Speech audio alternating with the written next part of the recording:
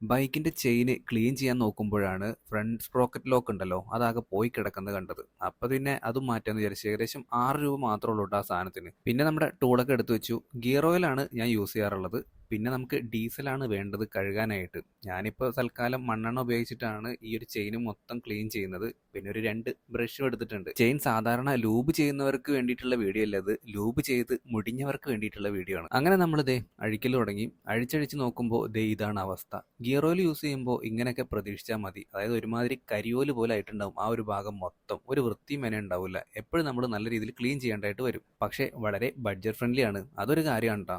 സാധാരണ നമ്മൾ ലൂബ് വാങ്ങുമ്പോൾ ഏകദേശം ഒരു 400 രൂപയ്ക്കൊക്കെ നല്ല അടിപൊളി ലൂബ് കിട്ടുള്ളൂ.